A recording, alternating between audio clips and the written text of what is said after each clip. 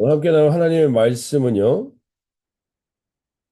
사무엘 상 14장 31절부터 52절까지의 말씀, 제가 새 번역 성경으로 읽어드릴 때, 오늘도 하나님 살아계신 주의 음성을 듣게 하여 주시옵소서.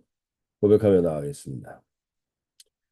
이스라엘 군인들은 바로 그날 민막스에서 아얄론까지 쫓아가며 블레셋 사람들을 쳐 죽였으므로 몹시 지쳐 있었다. 그래서 군인들은 약탈하여 온 곳에 달려들어 그 가운데서 양과 소와 송아지를 마구 끌어다가 땅바닥에서 잡고 핏째로 고기를 먹었다. 사람들이 이 사실을 사무엘에게 알렸다. 보십시오. 백성들이 핏째로 고기를 먹어 주님께 죄를 지었습니다. 사울이 말하였다. 당신들은 하나님을 배신하였어. 큰 돌 하나를 여기에 나 있는 곳으로 굴려오시오. 사울이 지시하였다. 당신들은 백성에게 두루 다니며 알리시오. 이제부터는 누구든지 소나 양을 내게로 끌고 와서 이 돌 위에서 잡아서 먹도록 하고 고기를 핏째로 먹어서 주님께 범죄하지 않도록 하라고 이르시오. 그날 밤에 백성들은 제각기 자기들이 차지한 소를 끌어다가 거기에서 잡았다. 그리하여 사울이 주님께 제단을 하나 쌓았는데 이것이 그가 주님께 쌓은 첫 제단이었다. 사울이 말하였다. 우리가 이 밤에 블레셋을 쫓아가 동이 틀 때까지 그들을 약탈하고 한 사람도 남김없이 모조리 죽이도록 합시다. 그들이 대답하였다. 임금님이 좋으시다면 그대로 하시기 바랍니다. 그러자 제사장이 사울에게 말하였다. 우리가 먼저 하나님께 나아가 여쭈어 보아야 합니다. 그래서 사울이 하나님께 여쭈었다. 내가 블레셋 사람을 뒤쫓아 내려가도 되겠습니까? 주님께서 그들을 우리 이스라엘의 손에 넘겨 주시겠습니까? 그러나 하나님은 그날 사울에게 아무 대답도 하지 않으셨다.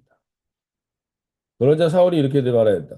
주님께서 우리에게 응답하시지 않으시니 군 지휘관들은 모두 앞으로 나오시오. 오늘 이 허물이 누구에게 있는지 알아보겠소. 이스라엘 구원하신 주님의 살아계심을 두고 맹세합니다. 허물이 나와 나의 아들 요나단에게 있다 하더라도 그는 반드시 죽을 것입니다. 그러나 군인들 가운데 어느 한 사람도 감히 그에게 대답하는 사람이 없었다. 사울은 온 이스라엘 군인에게 계속하여 말하였다. 기관들은 모두 이쪽에 서시오. 나의 아들 요나단은 저쪽에 서겠소. 군인들이 모두 사울에게 임금님이 좋으시다면 그대로 하시기 바랍니다 하고 대답하였다. 사울이 주 이스라엘의 하나님께 의뢰하였다. 오늘 저에게 응답하시지 않으시니 웬일이십니까? 주 이스라엘의 하나님, 그 허물이 저에게나 저희 자식 요나단에게 있다면 우림이 나오게 하시고 그 허물이 주님의 백성 이스라엘에게 있다면 둠밈이 나오게 하십시오. 그러자 요나단과 사울이 걸리고 백성들의 혐의가 벗겨졌다. 사울이 말하였다. 제비를 뽑아서 나와 나의 아들 요나단 가운데 누가 죄인인지를 가려내시오. 그러자 요나단이 걸렸다. 사울이 요나단에게 물었다. 네가 무슨 일을 하였는지 나에게 말하라. 요나단이 그에게 대답하였다. 손에 들고 있던 막대기 끝으로 꿀을 찍어서 조금 맛보았습니다. 죽을 각오를 하고 있습니다. 사울이 선언하였다. 요나단 너는 죽음을 피할 수가 없다. 내가 너를 처형하지 않는다면 하나님이 나에게 천벌을 내리시고 또 내리실 것이다. 이때 온 백성이 사울에게 호소하였다. 이스라엘에게 이렇게 큰 승리를 안겨준 요나단을 죽여서야 되겠습니까? 절대로 그럴 수는 없습니다. 주님께서 살아계심을 걸고 맹세합니다. 그의 머리털 하나도 땅에 떨어져서는 안 됩니다. 그는 오늘 하나님과 함께 이 일을 이루어 놓은 사람이기 때문입니다. 백성이 이렇게 요나단을 살려내어 그는 죽지 않았다. 사울은 블레셋 사람을 더 이상 뒤쫓지 않고 돌아섰고 블레셋 사람도 자기들의 본고장으로 돌아갔다. 사울은 이스라엘을 다스릴 왕권을 얻은 다음부터 사방에 있는 원수들과 전쟁을 하였다.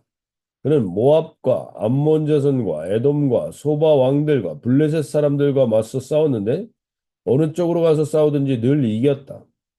그는 아말렉까지 쳐서 용명을 떨쳤다. 이렇게 그는 침략자들에게 이스라엘을 건져내었다. 사울에게는 요나단과 리스위와 말기수아라는 아들이 있었다. 딸도 둘이 있었는데 큰 딸의 이름은 메랍이고 작은 딸의 이름은 미갈이다.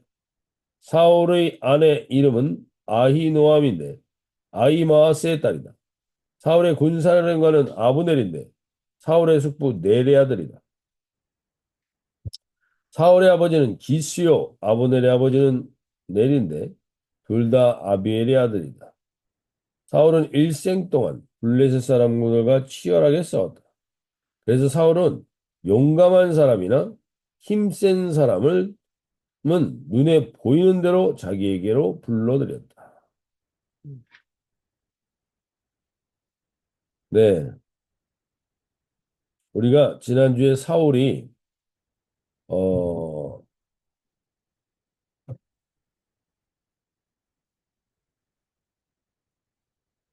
어떠한 리더십을 갖게 됐는가를 보게 됐습니다.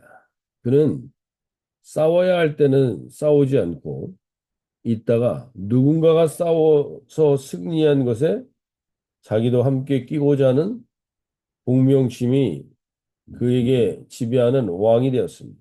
사울은 출중한 외모에 자존감이 높은 사람이 아니었습니다. 출중한 외모에도 불구하고 자존감이 높은 사람이 아니었습니다.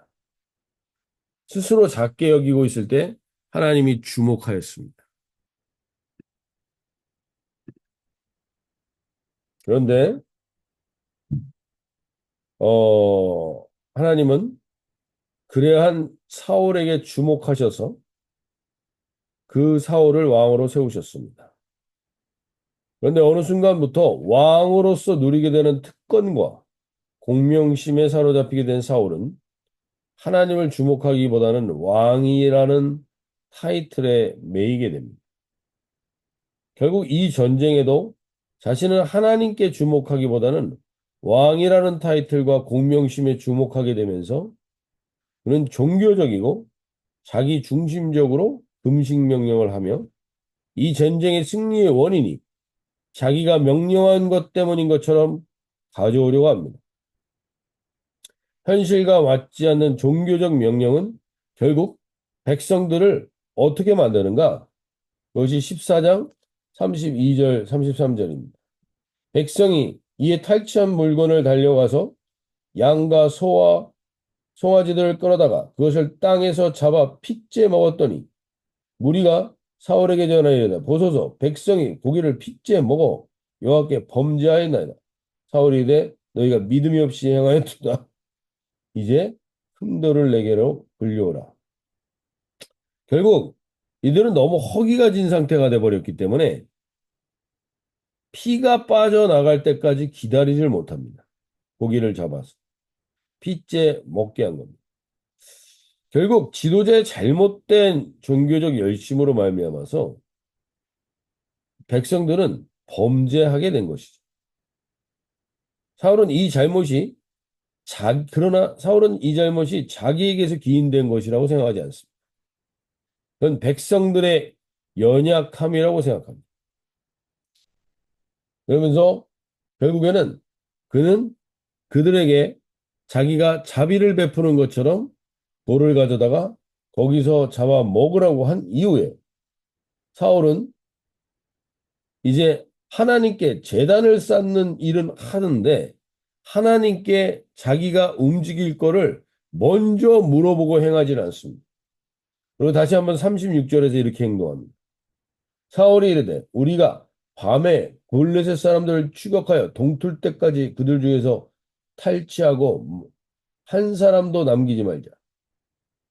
자기가 이미 다 계획했습니다. 한 사람도 남기지 않겠다고 계획했습니다.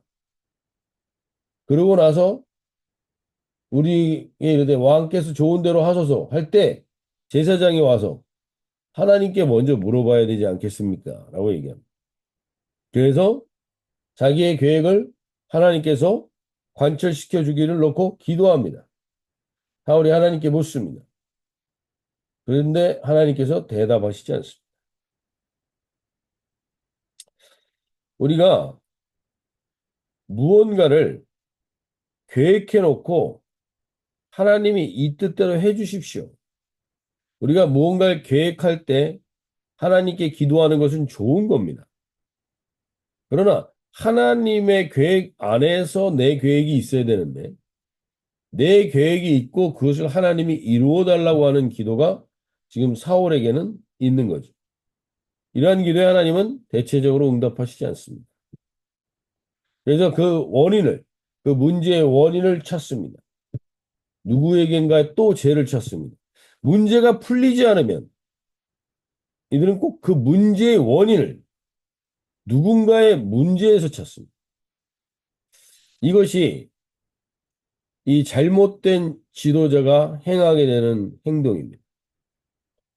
결국 그는 문제의 원인을 찾으면서 극단적인 행동을 하죠. 그게 뭐냐면 39절 표현입니다. 이스라엘을 구원하신 여호와께서 살아계심을 두고 맹세하노니 내 아들 요나단에게 있다 할지라도 반드시 죽으리라. 하나님이 너무 극단적이에요. 하나님이 너무 경직돼 있어. 사울이 말하는 하나님은 늘 극단적이고 경직된 하나님이에요. 이런 극단적인 표현을 할 때, 여러분, 이런 극단적인 표현을 보면서 믿음이 있다고 보는 분들도 있어요. 뭔가 자신의 믿음과 자신의 신앙을 드러내 보이기 위해서 극단적인 표현을 할 때, 어떤 목회자분들이나 이런 분들이 그런 표현들을 하는 것들을 저도 보고 저 자신도 그랬을 때가 있는 것 같습니다. 이럴 때 우리가 내 아들 요나단까지도 내가 죽이리라. 이게 정말 하나님을 향한 열심인지 아니면 자기가 자기의 뜻을 관철시키기 위한 열심인지 우리가 이 종교적 열심에 대하여 깨어 있어야 할 필요가 있다는 거예요. 특별히 이게 하나님께서 나오는 영적인 것이 아닌 것을 느끼게 되는 것은 언제나 경직되거나 극단적입니다. 하나님은 내추럴하신 하나님인데 늘 경직되고 극단적인 방향으로 이끌어갈 때 그것에 이끌려가는 경우들은 대부분 잘못된 종교적 열심일 때가 많습니다. 이 잘못된 종교적 열심은 결국 주변 사람들을 죄인들로 만들고 자신의 자식마저도 죽을 수밖에 없는 존재로 만듭니다. 자신이 요나단을 죽이지 않으면 하나님이 자기 위에 벌을 내리기를 원한다고 하였습니다. 아들을 죽이기까지 하는 큰 믿음 같아 보이지만 이 안에는 자기의 아들보다도 내가 중요한 겁니다. 하나님의 영광보다도 자기의 체면이 중요하고 내 권위를 유지하는 게 중요합니다. 이것이 공명심에 사로잡힐 때 나타나는 결과입니다. 근데 우리는 이것이 믿음이 좋은 거로 착각하게 될 때가 있습니다. 여기에 우리가 깨어 있어야 합니다. 이러한 종교적 열심을 가질 때 반드시 나타나게 되는 것은 자녀들이 바른 믿음으로 가기가 어렵습니다. 갈등하게 됩니다. 제 주변에서도 그런 분들을 많이 봤고 저희도 그런 위험성에 언제나 놓여 있을 수 있습니다. 목회자분들의 자녀들 중에 특별히 이런 상처를 가진 자들이 많습니다. 요나단도 결국 그 아버지의 열심 때문에 죽어야만 하는 인생이 됐습니다. 잘못된 열심이 그 아들을 죽어야만 하는 존재로 만들었습니다. 오늘 우리 가운데 우리의 자녀들과 우리가 혹시 어디에 주목하고 있는 인생들입니다. 우리의 신앙의 현주소를 다시 한번 돌아야 됩니다. 사울은 문제의 원인을 자기에게서 찾질 않습니다. 이 상황의 원인을 자기에게서 찾질 않아요. 자기를 돌아보지 않습니다. 그리고 다른 것에서 그 원인을 찾습니다. 그럼 해결책은 일어나지 않습니다. 종교적인 편향만 더 일어날 뿐입니다. 종교적인 굴곡만 더 일어날 뿐입니다.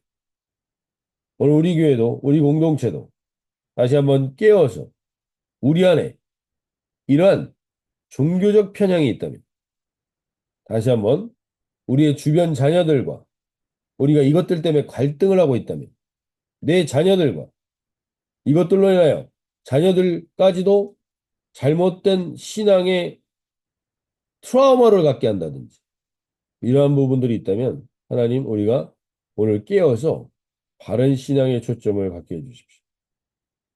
결국 이 사울은 하나님과의 관계에 초점을 맞추지 않고 왕이라는 타이틀에 초점을 맞추고 그리고 공명심이라는 것에 초점을 맞춤으로 인하여서 결국 마지막 방향이 14장 52절을 보시면 사울이 사는 날 동안에 블레셋 사람과 큰 싸움이 있었으므로 사울이 힘센 사람이나 용감한 사람을 보면 그들을 불러 모았다. 그는 결국 힘센 사람, 용감한 사람에 주목하는 인생을 살다가 비참하게 마무리됩니다. 사울은 잘못된 지도자의 표상이 되어버렸어. 잘못된 지도자의 표상이 된 가장 대표적인 원인은 자기를 돌아보지 않고 자기가 온전한 회개의 자리를 갖지 않고 끝까지 그 공명심, 자기 힘에 자기 자랑과 자기가 왕이라는 타이틀에 초점을 맞추게 될 때 그는 그러한 잘못된 지도자의 표상이 돼버리고 말았습니다. 참된 지도자는 자기를 희생하고 사람들에게 무리한 희생을 요구하지 않습니다. 무엇보다도 공명심에 사로잡히지 않고 하나님의 영광을 위해서 일합니다. 위기의 순간에 꼭 하나님 앞에 자기가 단독으로 서서 그 자리를 중보하는 자에 있는 자리가 바로 지도자입니다. 그러나 사울은 반대였습니다.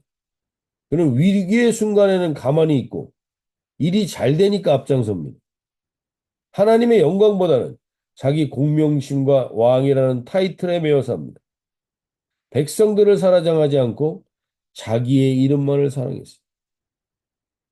이 모습이 우리가 사울을 탓하기만 할 수 있는 건지 우리 안에 이 모습들이 다 있다는 겁니다.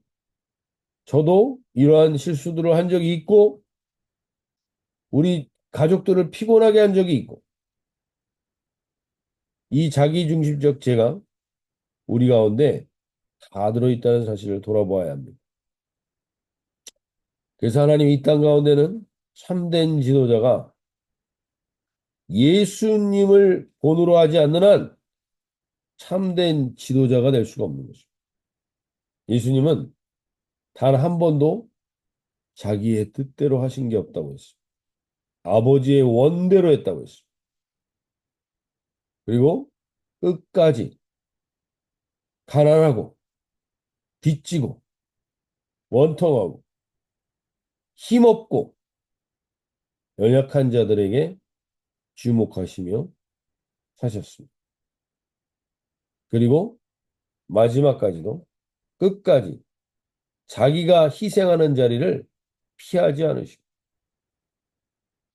우리가 다시 한번 이 아침에 깨어서 우리 안에 나의 마음속에 다분히 있는 우리의 이 자기중심적 신앙 그리고 경직되고 극단적인 신앙 그리고 하나님 앞에서 자기를 돌아보기보다 다른 것에서 원인을 찾는다면 우리는 이 사울의 영이 지배하는 자리를 벗어날 수가 없습니다. 사울의 영이라는 건 사울을 지배하고 있던 영입니다. 오늘 이 하루를 우리가 살아가실 때 우리는 어떠한 영에 사로잡히는 건 우리가 선택합니다.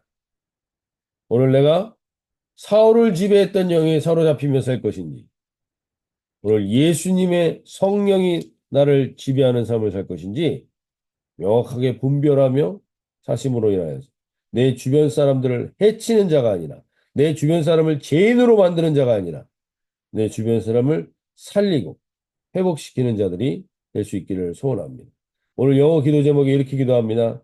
Dear God, Please teach me how to be more disciplined for you. I want to grow my love for you and keep my heart close to you. 제일 중요한 것은 우리가 하나님과 가장 가까이 있는 것, 하나님의 마음이 무엇인지, 하나님과 나의 마음이 가장 가까이 있으니 그 상태에서 자라기를 소원하시는 그러한 온전한 주님의 뜻을 알아가는 이 하루가 되실 수 있길 바랍니다. 우리 주변 가운데 경직되고 극단적으로 만들어 놓은 것들이 있다면 회복시키시고 우리의 잘못을 우리에게서 찾아보게 하시고 그로 인하여 나를 변화시킴으로 인한 회복을 경험하게 하여 주시옵소서. 잘못된 종교적 열심이 주변을 해치고 내 가족을 해치는 일들이 없도록 혹 내 자녀들 가운데 이런 상처를 가지게 한 것들이 있다면 주님 오늘 온전히 주님께서 바르게 회복시켜 주시옵소서. 주님과 더 가까이 가는 이 하루 되게 하여 주시옵소서. 기도하며 나가시도록 하겠습니다.